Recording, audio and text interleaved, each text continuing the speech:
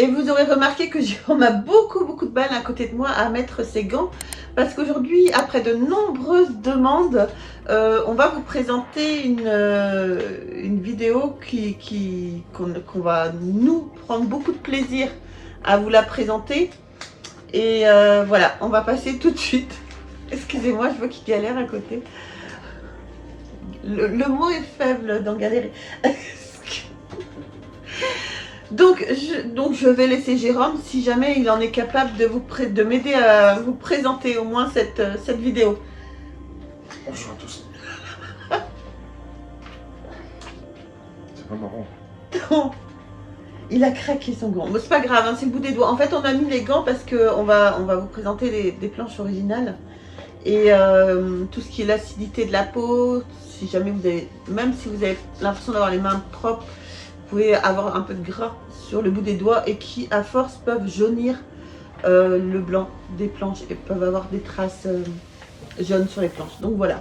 Ça y est, t'as fini, j'ai meublé pendant que tu mettais tes gants. Eh ben, j'ai l'air d'un con quand même. T'as l'air d'un con, mais c'est pas grave. On fera quand même la vidéo. Allez, mon chéri, c'est à toi. On dirait Venom. Venom, ouais, c'est ça.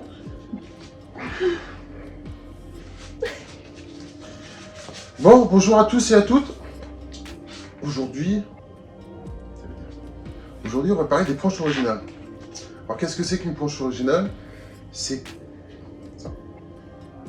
Donc, en fait, si on prend une BD, on a mis des petits post-it pour pas perdre de temps. Tu dis si je te gêne. Oui.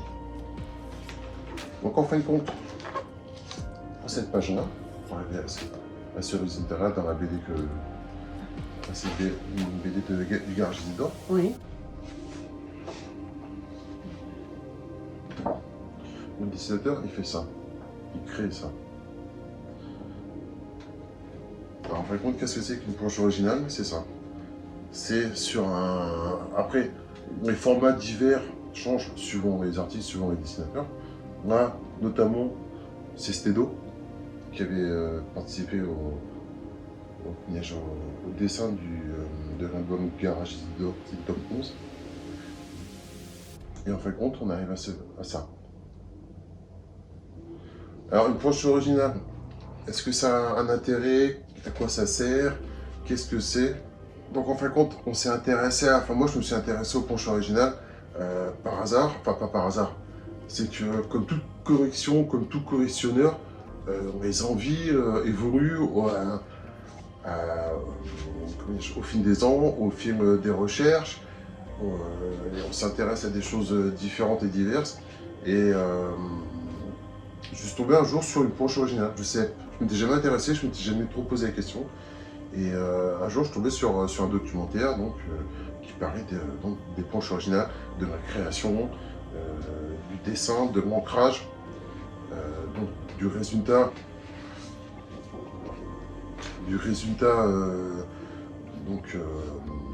Du travail sur une planche. Et j'avais trouvé ça assez intéressant. Et je m'étais dit, comme à l'époque, je vais en acheter une pour voir. Bon, je m'arrête jamais à une. J'en achète plusieurs. Ah non, oui. Donc, voilà. Alors, qu'est-ce que ça a de particulier pour un collectionneur, une planche originale? C'est que, par exemple, celle-ci, ou n'importe quelle autre, celle-ci, c'est moi qui l'ai. C'est-à-dire que personne d'autre, à travers le monde, n'aura la même. C'est un exemplaire unique. C'est ça qui fait l'attrait aussi de la planche originale. Oui. C'est que vous êtes, quand vous en possédez une, vous êtes au seul au monde à l'avoir. Voilà. Pour un collectionneur, c'est... Bah, du moment que, moi je pense que du moment que vous êtes fan de la BD, avoir au moins une planche originale, donc là c'est Stedo, d'avoir au moins une planche originale du dessinateur, c'est un peu, pas le Saint Graal, mais... Un petit peu, un petit peu quand même, on quoi. a une part de son travail, on a Ouais. on a une vue, parce qu'automatiquement, format BD et format planche, on n'est pas sur la même taille. Donc là, on apprécie d'autant plus le dessin, tout le travail qui aura été effectué sur cette planche. Et voilà, on a une petite, ouais, dire œuvre d'art. On a une petite suite, une petite œuvre d'art à soi. Et rien qu'à soi, parce que c'est vraiment quelque chose d'unique. C'est ça qui, moi, c'est ça qui m'a attiré. Je voulais voir le dessin, le travail fait par le brut, on va dire, fait par le dessinateur, avant que ce soit envoyé au service d'édition, on va dire au service d'édition, au service de coloration, pour que ça devienne une page de BD, Oui. pas quelconque, mais voilà quoi. Donc voilà, je suis très très content de mes petites trouvailles. Donc on a celle-ci, on en a d'autres, on n'a pas beaucoup non plus quoi. Parce que après on va parler niveau tarif et c'est pas. Là c'est encore une planche de Stédo du garage Isidore.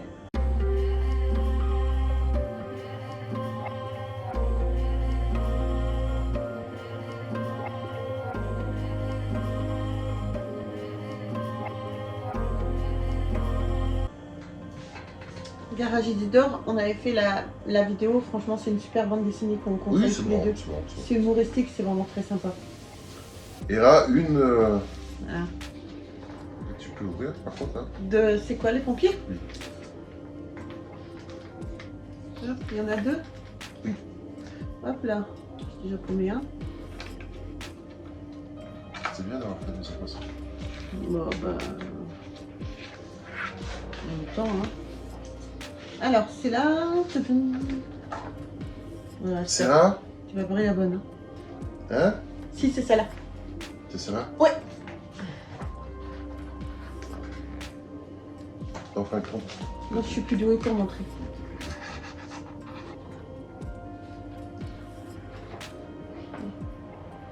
Donc voilà. Les pompiers. J'adore les pompiers. Encore une fois, donc Stédo. Pourquoi Stédo? Parce que c'est déjà un dessinateur que j'apprécie beaucoup. Je trouve que ses dessins sont vraiment très, très sympas. Il n'y a une patte qu'on reconnaît, parce que si on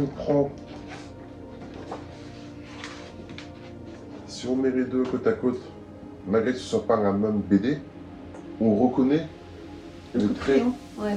le coup de crayon du dessinateur. Oui. Et voilà. Après, c'est le hasard plus qui a fait qu'on a pu se procurer plusieurs planches de Stélo. Et encore une fois, ça, on est les seuls à l'avoir. Nananananer.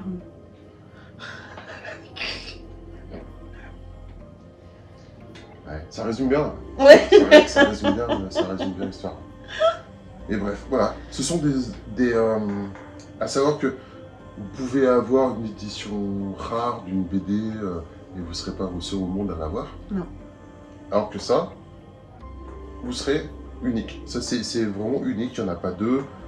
Une planche originale, vous êtes le seul au monde à l'avoir.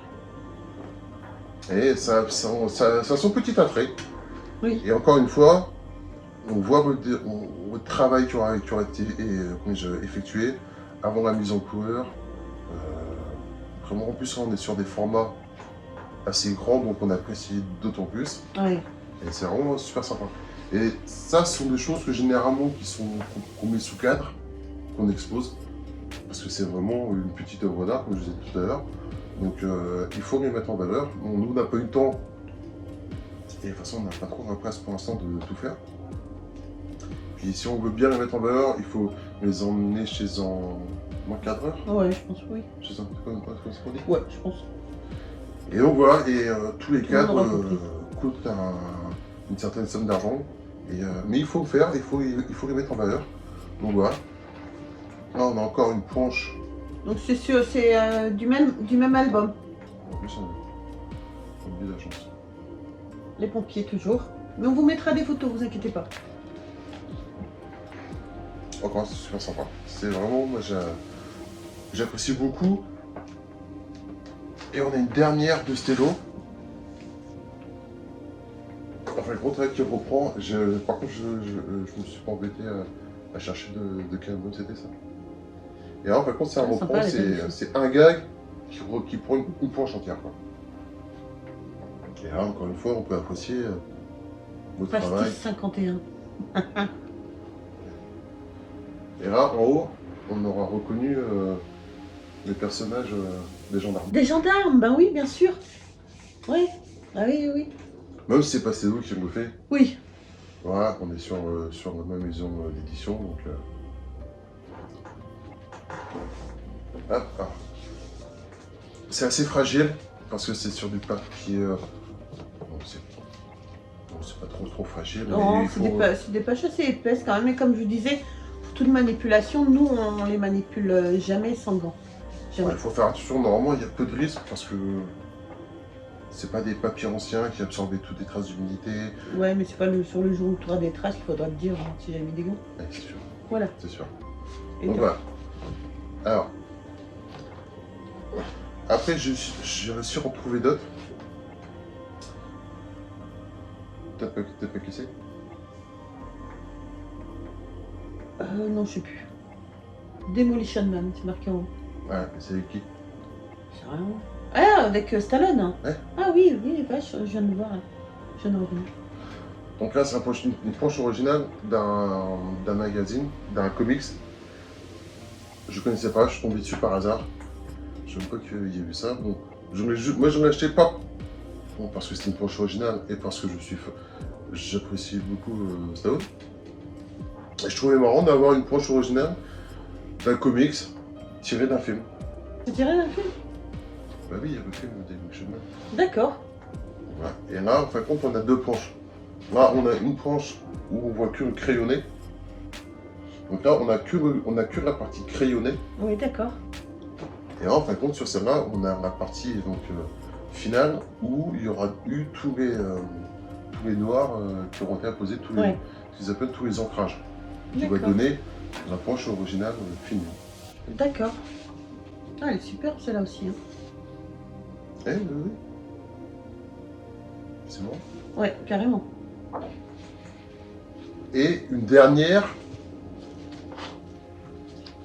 qui n'en est pas le moins, importante. Ah bah oui. Elle a une petite histoire celle-là. C'est là une petite histoire. Ouais. Alors celle-là, Alors, c'est pas de Stédo, non, celle-là c'est de Bloz. c'est de Boise. Bloz qui est quelqu'un vraiment de très gentil. Et en fait, donc j'avais vu les planches, non, on avait lu l'album et puis on avait vu que il y avait des choses qui se rapportaient à notre région, donc dessus l'album. Et donc j'ai contacté Bloz peu de temps avant l'anniversaire de monsieur et donc je lui ai demandé s'il pouvait si je pouvais avoir les planches. Et donc il m'a dit avec plaisir et en même temps elles ont été dédicacées, donc c'est marqué bon anniversaire Jérôme, bien amicalement Bloz. Donc voilà, c'est quelque chose quand même qui nous tient un petit peu à cœur et que voilà. Celle-là on garde vraiment comme toutes les autres, hein, mais précieusement.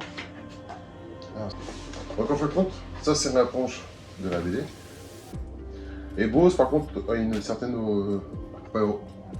c'est pas original mais c'est une façon de faire. C'est qu'il travaille, en fin de compte, de façon extrêmement grande. Oui, c'est en deux en fait. C'est en deux. Ouais. Et alors là, c'est quand même très sympa parce que là on apprécie d'autant plus le travail parce qu'en fin de compte, oui, on est sur une planche. Ouais, C'est le même format. c'est le même format, sauf que lui, il dessine 2 fois plus grand, quoi. Ouais. Et franchement, c'est génial, quoi. C'est génial, quoi.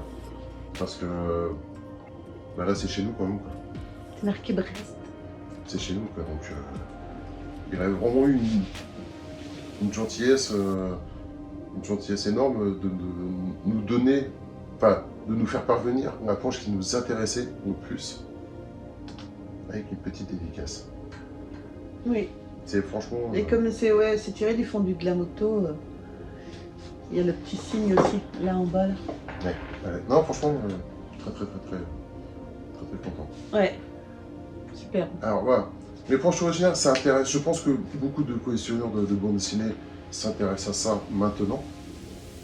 C'est vrai que c'est bien, c'est toujours sympa d'en avoir une ou deux dans sa collection. C'est des petites œuvres d'art, moi je trouve que c'est des petites œuvres d'art, hein. Il faut pas hésiter à le dire. Et après, niveau tarif, ça fait enfin, c'est impressionnant. Euh, pour des planches de stédo, si je dis pas de bêtises, en moyenne, nous on les a achetées, bon, ça fait déjà un petit moment qu'on les a achetées. C'est dans les 300, 350. 200, entre 200 et 250 chaque. Mais bon, nous on les a achetées il y a Oui. il y a assez longtemps. Serna, Bose, on ne peut pas vous dire au prix parce qu'on n'a pas demandé l'autorisation à Bose de communiquer le prix. Donc Non. Voilà. C'est un certain prix. C'était pas trop excessif non plus, quoi. Bon, peut-être qu'on nous a fait un prix, peut-être que ceci, peut-être que cela. Et puis c'était surtout un cadeau d'anniversaire, donc je vais pas lui balancer le prix en direct non plus. Voilà. Donc voilà. Après, je sais que celle-ci, j'étais tombé sur un truc, sur une vente. Alors je sais plus si c'était aux États-Unis ou ailleurs. Mais les deux de Demolition Man, j'ai dû les payer 150 € et deux, quoi. Ah, ça va. Ouais, ça va. Après, pour des planches originales, ça, j'en ai vu. Après, ça s'achète au coup de cœur, ça s'achète selon ses moyens, selon sa passion. Moi, j'adore Stédo, j'adore sa façon de dessiner. Donc, j'ai eu la chance de tomber sur des planches. Il y a quelques années déjà, donc les prix étaient plus abordables. Maintenant, Il faut savoir que plus l'auteur prend... comment on peut dire? alors, Plus l'auteur est connu, Ouais. plus le prix va grimper aussi des planches originales. Ouais, voilà. Après, c'est la renommée du dessinateur qui fait le prix d'une planche originale. Parce qu'en fin de compte, que ce soit Stédo, que ce soit Bose, que ce soit n'importe qui, c'est une personne qui a passé du temps. Du temps, c'est son œuvre, c'est son talent qu'il a mis sur planche. Donc il faut pas dire qu'une planche coûte pas cher parce que le mec il est mauvais ou qu'il n'est pas connu. T'en as qui mériteraient d'être connus, reconnus, et pourtant ils ont des planches d'un album. Parce que moi, si tu prends Stédo, on dit que ça va, on les a achetés 200, 250 €. Si tu ramènes ça au temps que le mec a passé à dessiner, c'est rien, quoi. Non, c'est pas énorme. Hein. Ça rend pas justice, ça rend pas, comment dire, par rapport au temps que la personne aura passé à dessiner, au temps horaire, on va dire, Oui. au taux horaire, c'est rien, quoi. Le Ouais. mec il serait perdant s'il vendait ça à ce prix, hein. Ouais. Après, c'est vrai que depuis que je me suis intéressé aux planches, au niveau des tarifs, je me disais, ça fait on-off, hein. C'est impressionnant. Ça, c'est 200, 250 €, c'est les premiers prix, on va dire, pour des dessinateurs qui commencent à être un peu connus, pour des BD, pour des séries qui marchent. C'est les prix de base. Et encore, je pense que c'était lourd, hein, une planche des pompiers, ou on va dire une planche des pompiers, les dernières que j'ai vues sont parties dans les 300, 350 €. D'accord. Donc elle commence déjà à monter un peu. Oui. Bose, à part celle qu'on a, je n'ai pas vu d'autres avant, donc je ne sais pas au niveau des tarifs. Mais voilà. Après, si on prend des BD que j'adore et que j'aimerais beaucoup avoir des planches, Léonard. Oui. Léonard, pourtant, c'est pas une série super cotée, mais une planche de Léonard, c'est entre 4 et 5 000 €. Si c'est pas plus. On n'en a pas vu à 7 000 €. Peut-être. Mais en moyenne, ouais, on va dire en moyenne, dans les 5 000 €. Peut-être que. Voilà. Une autre que j'adore, les tuniques bleues. Oui. Une tunique bleue, c'est une planche originale, des tuniques bleues. On est entre. Encore, ça n'arrête pas d'augmenter, mais la dernière fois que j'ai vu, entre 12 et 15 000 € pour une planche. Après, on peut toujours monter. Hein. Si on prend une série comme 13 ou Ricochet, non, 13 Ricochet, on est toujours dans les 15-20 000 euros, suivant. Après, suivant l'album que c'est. Si c'est tiré des premiers albums, la planche aura un petit peu plus cher. Ouais. Suivant le nombre de cases, suivant le nombre de dialogues qu'il y a, ça peut jouer aussi. Mais sur des BD comme ça, on est entre 15 et 20 000 euros. Après, on saute encore des paliers. On va dire, sur quoi on peut tomber? Bah, Gaston Lagaffe, oui, t'as Gaston, t'as... Spirou Fantasio. Les Tintins. Non, ça c'est encore autre chose. Donc Gaston, Spirou, Fantasio, on peut tomber sur des 20, 30, 40 000 euros. Après, on peut encore sauter des paliers, par exemple, avec Astérix. Astérix qui est en train de... J'avais parlé de ça il y a plusieurs années, j'avais dit que Tintin serait remplacé au fur et à mesure du temps par Astérix. Il y en a qui m'avaient dit, ouais, non. La dernière planche de Astérix que j'ai vue se vendre, si je dis pas de bêtises, c'est dans les 200 000 euros. 200 000? Ouais, la planche. Ah oui, quand même. Ça 200 000 euros. Ouais. Mais celle-là, on est content. Hein. Ah mais après, c'est pas qu'une question de prix, hein. C'est Non. pas parce qu'on mettra 200 000 euros dans une planche qu'on sera plus heureux de l'avoir que celle-ci. Hein. Ah non. Celle-là, par exemple, celle-là, qu'importe le prix qu'on pourrait m'en proposer, j'en prendrai jamais. C'est un bon. Ah bon. Ah bon. Donc, non, celle-là, j'en vendrai jamais. Celle-là, peut-être que c'est d'eau, si les temps difficiles s'annoncent, peut-être, et encore, ça n'est pas sûr, mais celle-là, pas. Non. C'est plus sentimental que financier. Non, c'est parce que c'est toi qui machin. Ah ouais, d'accord. C'est parce que c'est beau, ça. Ah, je pensais que c'était parce que c'était moi qui l'avais acheté qui disait ça, mais en fait, que dalle, quoi. C'est juste parce que c'est Blose, en fait. Bah oui, ouais. Mais non, après, c'est vrai. Et si on prend Tintin... Désespoir. Tintin... Fou, en fait. Complètement. Et Tintin, la dernière vente de planche de Tintin, c'est pas celle de Renault. Que Renault a mis en vente. Renault, le chanteur, tu sais, est-ce que c'est un grand... Je sais que c'est Renault, quand même. Non, mais c'est un grand collectionneur de bande dessinée. Et je crois qu'il m'avait vendu je sais plus, une sorte de planche, je sais pas si c'est 2 planches ou 2 demi, mais je crois que ça a été vendu, je sais plus si c'est 1,5 million ou 1 million d'euros. Donc comme quoi, il y en a pour toutes les courses. Exactement. Mais voilà, moi je trouve que c'est une partie de la collection que je pense que beaucoup de collectionneurs se sont intéressés aux planches originales, à savoir que j'ai vu une émission il y a quelques temps, dans les années 70-80, personne ne s'intéressait à ça. Personne ne s'intéressait aux planches originales. Et souvent, elles étaient jetées. Ah oui. Elles étaient jetées, ou les mecs qui les donnaient comme ça, des fans qui les réclamaient pour faire plaisir, mais voilà, pour eux c'était c'était le brouillon sur lequel ils avaient dessiné, puis ça n'avait pas d'importance. L'importance a commencé à accroître dans les années 90, quand des mecs un peu plus visionnaires ont commencé à les récupérer, à les mettre en valeur et à les vendre. Et à partir de ce moment-là, les gens se sont aperçus que c'était des œuvres d'art, quelque chose qui avait son importance, et qu'il fallait les récupérer, qu'il fallait que ça pouvait intéresser les collectionneurs et autres. Et depuis, par contre, plus personne ne jette. Ah bah oui, tu m'étonnes. Non, plus personne ne jette et tout le monde garde, et puis ça devient... Après, certains achètent pour spéculer. Ça fait partie, du domaine des collectionneurs, ça fait partie du jeu, on va dire. Faut pas être hypocrite. Hein. Mais moi, c'est pas ma première raison pour acheter. Moi, c'est plus en objet de déco et puis pour pouvoir apprécier le travail des dessinateurs. Quoi. Voilà. Donc ça, c'était la première partie. Cette vidéo va s'étaler sur 2 ou 3 numéros.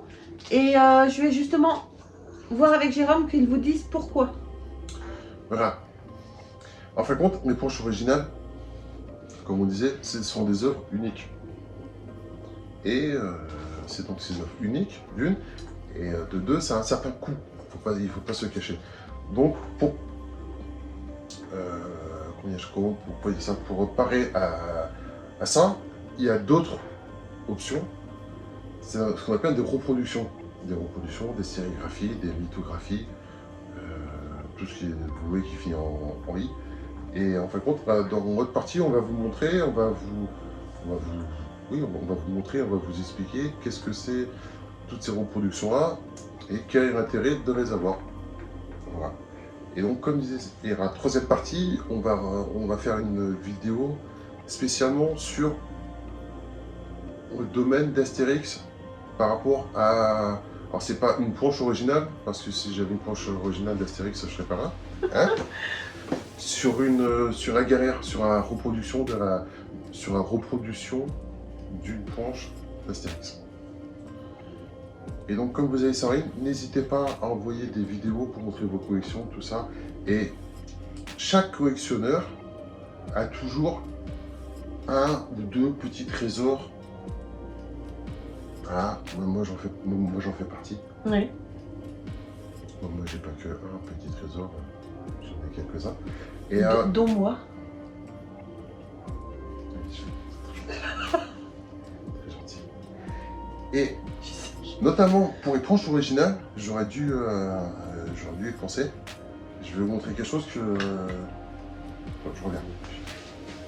Et donc voilà, après le petit départ et le petit retour de Jérôme, pour vous présenter ça.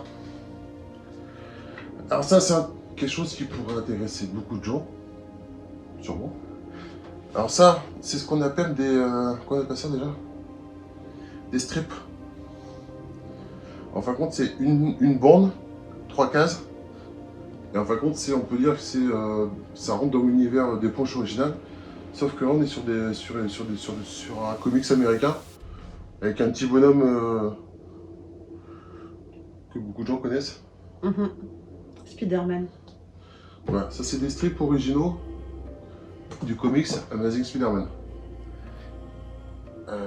C'est assez recherché parce que c'est pas courant. Ceux-là, on les a achetés, nous, ça fait déjà plusieurs années. On a eu la chance de tomber dessus. Donc là, on en a deux. Donc c'est pas du... Je crois que c'est du même numéro. Mais le studio a une particularité. Tu te souviens? Non, je me souviens plus. Je suis désolée. Ah oui, il est signé par Stan Lee. Il est signé par Stan Lee. Quand même. Donc voilà, ça fait partie des petits trésors que... pardon, ça fait partie des petits trésors dont je parlais tout à l'heure, que chaque collectionneur a. Chaque collectionneur a toujours un petit... après, c'est pas une question de prix, pas une question de rareté, après ça peut être un objet... ben voilà, moi j'ai celui-ci, qu'on peut considérer qui est assez rare au niveau...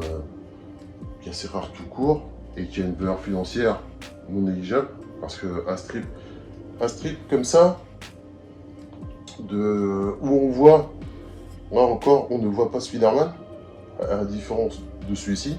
Ici, on voit Spider-Man 2 fois, et signé par Stan Lee. Alors celui-là, je ne vais pas vous dire combien j'ai payé, parce qu'à l'époque, je n'avais pas payé très cher.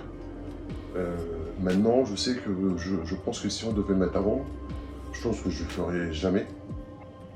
Je vendrai peut-être celui-là, mais celui-ci, je ne le vendrai jamais. Ça vaut quand même un certain prix. Celui-ci, j'ai vu le même se vendre, je crois, entre 400... Je crois qu'il a été vendu entre 450 et 500 euros. Ah, quand même. Donc voilà. Moi, nous, on les a pas payés ce prix-là, parce qu'on les avait achetés avant que Stan Lee nous quitte, avant qu'il y ait toute cette frénésie. Donc les prix étaient un peu plus abordables. Donc entre ça et Bose, ces deux pépites, Bose, le prix est beaucoup plus bas, mais l'intérêt que je me reporte est le même. Et je pense pas que je pensais pas après. D'accord. Donc voilà. Donc ça c'était juste pour vous montrer, pour freiner. Et pour Ouais, pour expliquer que chaque collectionneur a des pépites dans son tiroir et que bah, il faut pas hésiter à les partager. Oui, nous ça nous fait vraiment plaisir. Parce que ça fera toujours un plaisir à certains de voir qu'il y a des choses comme ça qui existent, ou d'autres. Donc voilà, faut pas hésiter à partager. Donc voilà, bah écoutez, j'espère que cette vidéo vous aura plu. N'hésitez pas à nous laisser des commentaires, nous dire si vous avez des planches originales aussi également. Ou justement, comme on le dit souvent, n'hésitez pas surtout à m'envoyer par mail soit des petites vidéos, soit des photos des planches originales, de vos BD, de vos collections, de vos maquettes, voilà, du moment que ça touche un peu l'univers dont on parle. Vous avez aussi, n'hésitez pas à nous retrouver sur le monde de la bande dessinée sur Facebook. N'hésitez pas à nous rejoindre pour partager vos collections, je ne le dirai jamais assez. Et également, vous pouvez vous abonner sur Instagram, donc c'est HistoryBD1. Abonné sur Instagram HistoryBD1. Donc voilà, bah écoutez, je vous remercie à tous et je vous embrasse très fort. On se retrouve très vite pour une nouvelle vidéo. Bye.